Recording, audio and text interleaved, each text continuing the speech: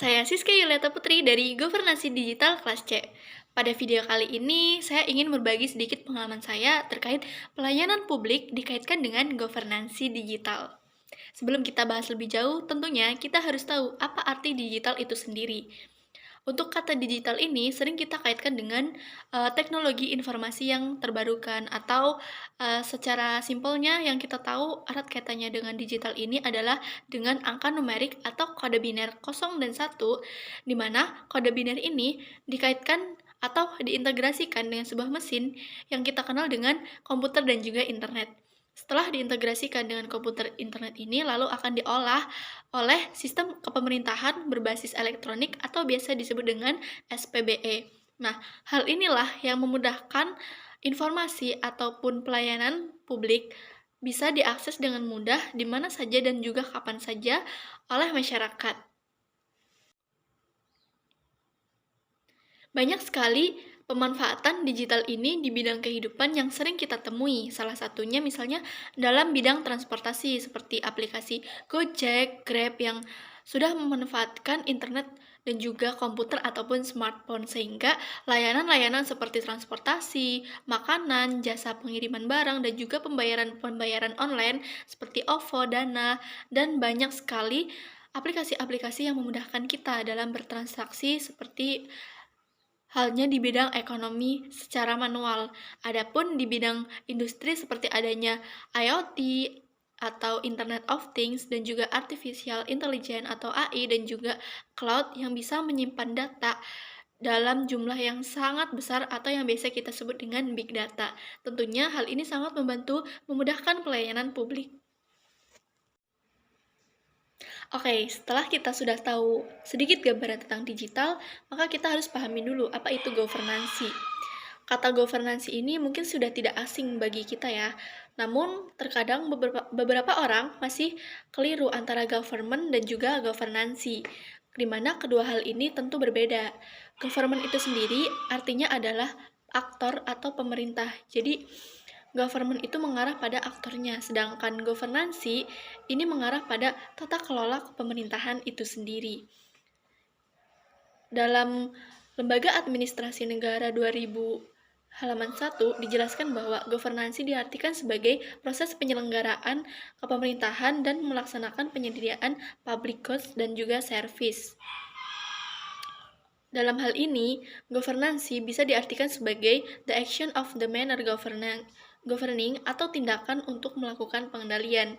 Lebih mudahnya, governansi itu adalah tata kelola kepemerintahan. Jadi, governansi digital ini dapat kita artikan sebagai tata kelola pemerintahan berbasis teknologi digital.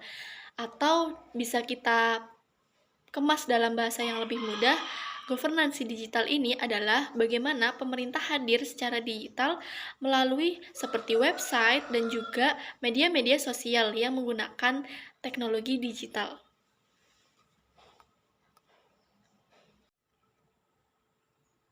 Di era perkembangan informasi digital, tentunya pemerintah harus beradaptasi dengan kecanggihan teknologi, sejalan dengan keinginan masyarakat yang menginginkan mudahnya mengakses pelayanan publik dimanapun dan juga kapanpun. Menurut saya, ada 3 hal penting apabila dirangkum mengapa pelayanan publik ini penting sekali untuk berbasiskan digital. Yang pertama, terkait efisiensi dari segi anggaran dan juga biaya. Dengan memanfaatkan teknologi digital seperti internet, tentunya pelayanan publik akan semakin mengurangi biaya-biaya peralatan yang biasanya dipakai dalam pelayanan publik secara manual. Tentunya dari segi masyarakat pun akan lebih mudah untuk mengakses. Dan juga adapun yang kedua, mengapa pelayanan publik ini udahlah. Selain itu, yang kedua, asas transparansi tentunya adalah hal yang sangat diinginkan oleh masyarakat dalam hal pelayanan publik. Dengan internet ataupun teknologi digital tentunya akan memudahkan penyebaran informasi secara lebih luas dan juga mudah untuk diakses oleh masyarakat. Hal inilah yang membuat teknologi digital sangat perlu diterapkan dalam pelayanan publik. Adapun yang ketiga adalah untungnya adanya pemanfaatan teknologi digital dalam pelayanan publik ini dapat meningkatkan partisipasi publik dalam hal menikmati pelayanan publik itu sendiri. Contohnya, apabila pelayanan publik dilaksanakan secara digital, mudah diakses dimanapun dan juga kapanpun, tentunya masyarakat akan semakin ingin untuk melaksanakan pelayanan itu sendiri. Yang mana beberapa masyarakat merasa malas untuk melaksanakan pelayanan publik seperti pembuatan KTP atau yang lainnya, dikarenakan prosesnya yang terlalu berlibat, di mana sekarang ini untuk pelayanan tersebut bisa digunakan melalui aplikasi atau pendaftaran secara online. Di sisi lain, selain kita harus mengetahui seberapa pentingnya penerapan teknologi digital dalam pelayanan publik, tentunya ada hal yang tidak kalah penting apabila pemerintah siap bersedia untuk melaksanakan pelayanan publik berbasis digital. Ada 3 hal penting yang harus diperhatikan sebelum melaksanakan pelayanan tersebut. Yang pertama, di mana pemerintah harus berkomitmen dalam penyelenggaraan pelayanan publik berbasis digital itu sendiri.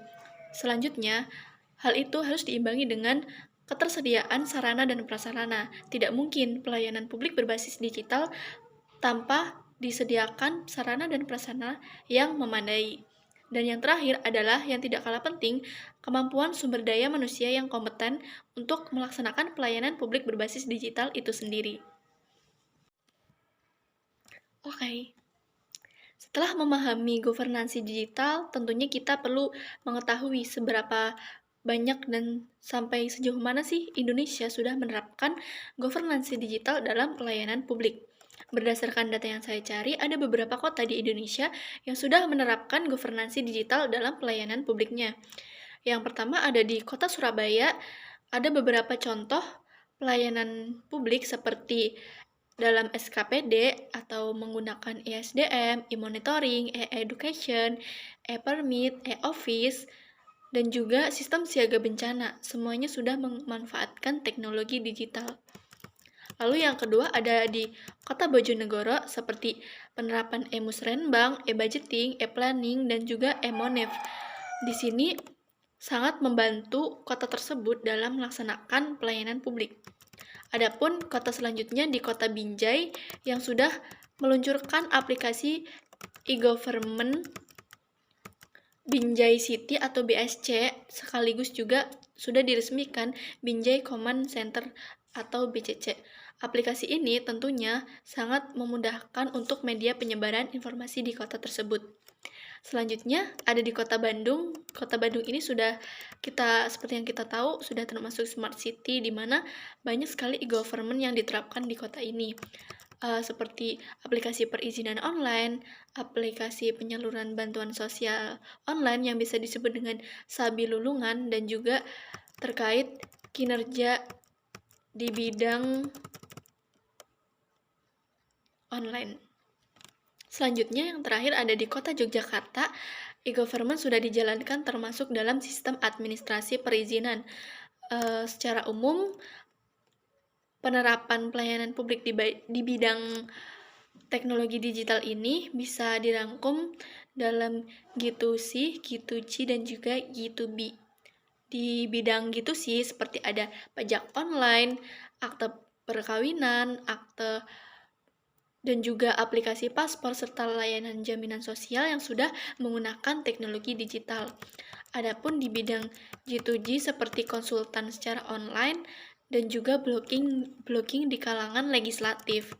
Adapun di bidang G2B yaitu sudah banyak peluang bisnis, pendaftaran perusahaan, pajak perseroan yang menggunakan internet.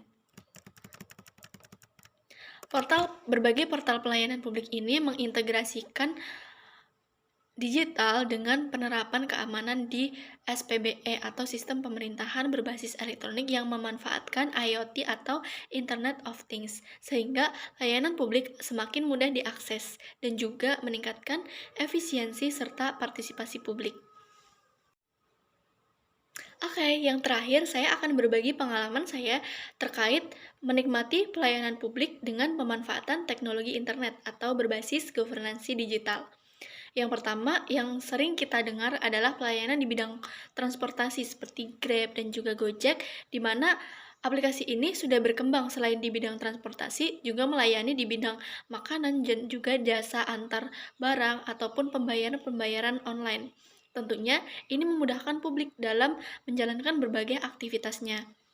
Dan yang kedua, yang pernah saya lakukan sendiri terutama adalah pelayanan publik yang berbasis di bidang pendidikan, yaitu di Universitas Jenderal Sudirman sendiri yang menerapkan sistem akademik unsut atau yang biasa disebut dengan SIA unsut. Hal ini menggunakan teknologi digital, internet, dan juga komputer yang terintegrasi di pusat, sehingga teman-teman mahasiswa dan juga dosen bisa mengakses berbagai layanan mulai dari pendaftaran skripsi, KKN, wisuda, dan juga pengisian KRS melalui SIA tersebut. Adapun mahasiswa dan juga dosen bisa mengadakan interaksi pembelajaran melalui e-learning Jenderal Sudirman atau biasa disebut dengan LDRU. Di sini tentunya mulai dari pengumpulan tugas, daftar kehadiran, dan juga materi-materi bisa di-sharing secara mudah dan juga terjadwal. Adapun yang tidak kalah penting di bidang administrasi adalah layanan akademik secara online juga disediakan.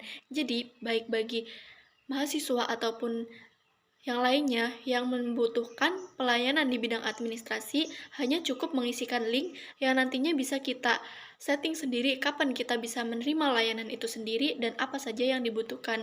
Setelah itu, layanan yang diperlukan bisa dikirimkan secara email. Tentunya hal ini sangat membantu bagi kalangan-kalangan yang tidak memungkinkan untuk datang ke kantor secara langsung. Adapun di teknologi lainnya seperti Google Meet dan juga Zoom Meeting yang tentunya sudah tidak asing bagi kalangan akademik dalam memanfaatkannya di era pandemi COVID yang lalu, sehingga aktivitas belajar mengajar dan juga kegiatan organisasi tetap bisa berjalan dengan bantuan aplikasi tersebut. Selanjutnya, adapun di bidang lainnya, yaitu di bidang kesehatan. Di bidang kesehatan, yang saya rasakan adalah pelayanan BPJS berbasis online. Di waktu saya ingin mendaftar di Universitas Jenderal Sudirman dan diterima, tentunya ada berbagai persyaratan yang harus saya penuhi. Salah satunya adalah kepemilikan atau kepesertaan BPJS. Di sini, berhubung banyak sekali yang menikmati layanan BPJS ini, ketika saya berdatang ke kantor pun, saya pun diarahkan untuk mendaftar melalui aplikasi JKN Mobile, sehingga mulai dari proses pendaftaran hingga pembiayaan sampai saat ini saya lakukan secara online melalui JKN Mobile. Hal ini juga mudah dilakukan karena bisa saya lakukan di rumah tanpa harus saya datang jauh-jauh ke kantor BPJS. Untuk layanan terakhir yang saya rasakan adalah pelayanan publik berbasis website dan juga media sosial di berbagai instansi, di mana masing-masing instansi tentunya di era ini sudah banyak yang sudah mempunyai website dan juga media sosial sendiri untuk sarana transparansi atau keterbukaan informasi serta juga branding dari instansi tersebut.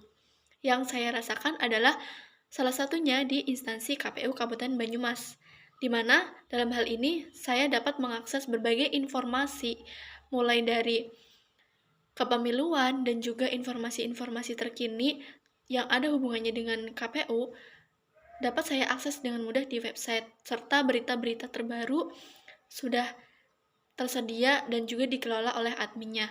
Selain itu, di media sosial seperti Facebook, Twitter, Instagram, YouTube, dan juga TikTok, di KPU Banyumas juga menyediakan semuanya. Bahkan hingga Spotify pun KPU Banyumas memanfaatkan media sosial tersebut untuk penyampaian informasi dan juga pendidikan kepemiluan bagi masyarakat sebagai salah satu tugasnya, yaitu melayani informasi di bidang kepemiluan.